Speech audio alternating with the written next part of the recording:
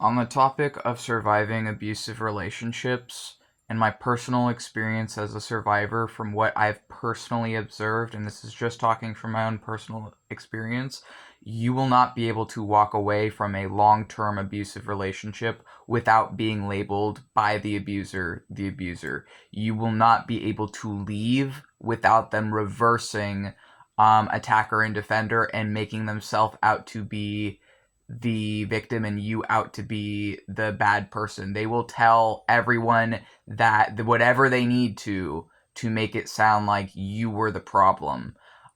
If you try to leave, that's what happened in my case. I was disowned through text on Google Hangouts within the social part of my gender transition. 2 months into my gender transition by my primary abuser.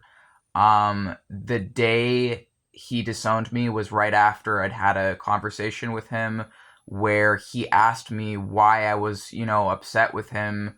And I told him I was honest. For the first time in my life, I told him, I put my foot down and I told him exactly what my problem with him was.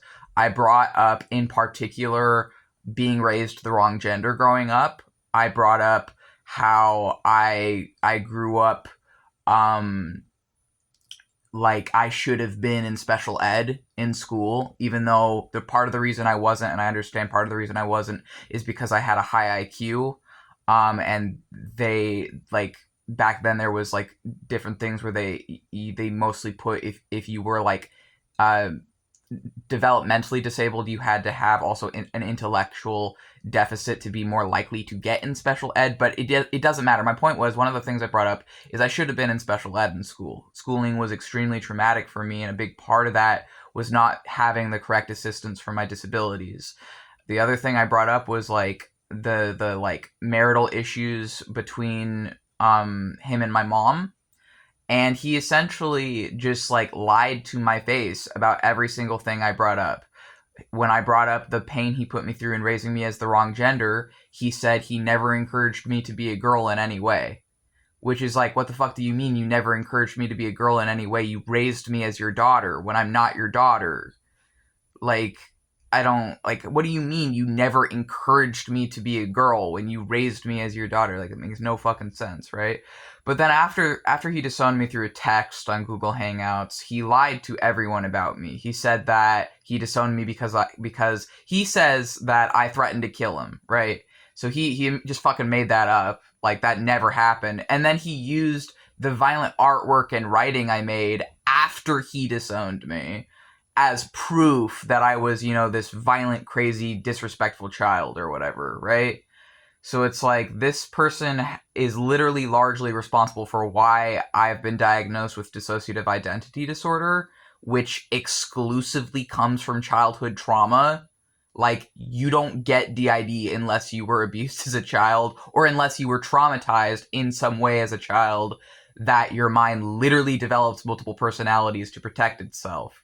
But, he's gonna make himself out to be the victim in the 22 fucking years of abuse he put me through, because he can, and because he has the power, right? So it's like, you don't get to leave an abusive relationship as, the good person. I've been openly labeling myself a villain ever since then, right? Like, I have it on all my socials. Actual villain, theistic Satanist, sorcerer, right? I play into this villain archetype in large part because I was never allowed to be a child growing up. I was never allowed to be myself. I was just everyone else's fucking punching bag and emotional receptacle for their shame and their guilt and their fear.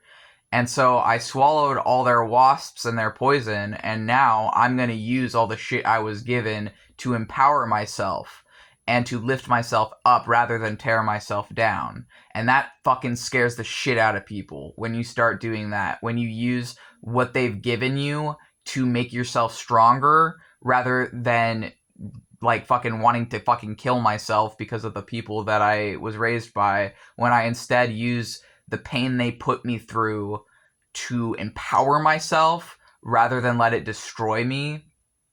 that scares the fuck out of people. And that's the real reason he disowned me, is because he could tell I wasn't going to take his shit anymore. That I wasn't just going to be his punching bag anymore. So my point is that you don't get to leave an abusive relationship as the good guy. However, that doesn't mean you shouldn't leave. If you're able to leave, I was in a position where I was able to leave by that point. It's still worth it. It's still fucking worth leaving and having your own fucking life. Because at least everything you build since then, even if you continue to be traumatized by other people, at least it's on your own terms. You have your own control over your own life. At least you're no longer someone else's fucking slave or pet or puppet.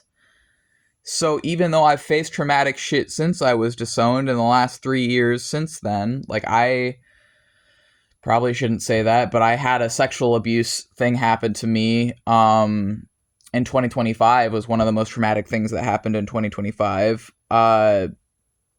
And then I also was like, I'm pretty sure that also happened in 2025. I'm not quite sure. I think it was in 2025 that I was also left for dead in the woods with one of my friends. And, both of those things were fucking really traumatic for me, honestly. And they affected me in ways that I hadn't even realized they affected me in. But still was less traumatic than being the kid of the man who raised me. The sexual abuse experience that I had, the being left for dead in the woods experience that I had in 2025, both of those were still less traumatic than being that man's kid ever was.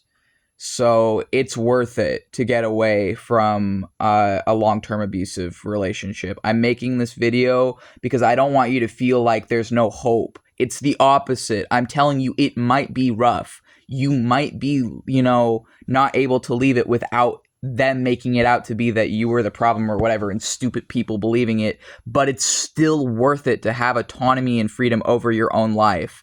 And my DID is the proof I fucking survived it. Being diagnosed with DID and PTSD is the proof I am alive. It's the proof my heart is still beating. It's the proof my brain did what it needed to protect me. I don't see my DID and PTSD as, oh, woe is me, I'm so sorry I exist or whatever with these disabilities. No, I'm thankful. Honestly, I'm fucking thankful to be a DID system. I'm fucking thankful for the PTSD. And I'm thankful I was diagnosed with these because it's the proof that I survived. It's the proof I'm alive and will continue to live, and that my brain did what it needed to keep me alive long enough so that I would someday be able to leave it. So I'm thankful to my brain. I'm thankful for my DID. I'm thankful for my PTSD because it kept me alive. I'm so thankful that my brain did what it needed to keep me alive. I'm so thankful that I have multiple personalities that can help me through this existence. Honestly, I'm not just saying that. Like, yeah, is it hard? Yes, it's fucking hard living with these disabilities. I'm not gonna sit here and say it's easy. It's not. It is genuinely really fucking tough sometimes, but I'm really fucking thankful that I made it out. I'm really, really fucking thankful. And nothing I've faced since has been as traumatic as just being that guy's kid was. So honestly, even though it hurt like fucking hell at the time, the one good thing for me he ever did as a parent was to stop fucking being my parent. And I do mean that, because it set me free. It really did.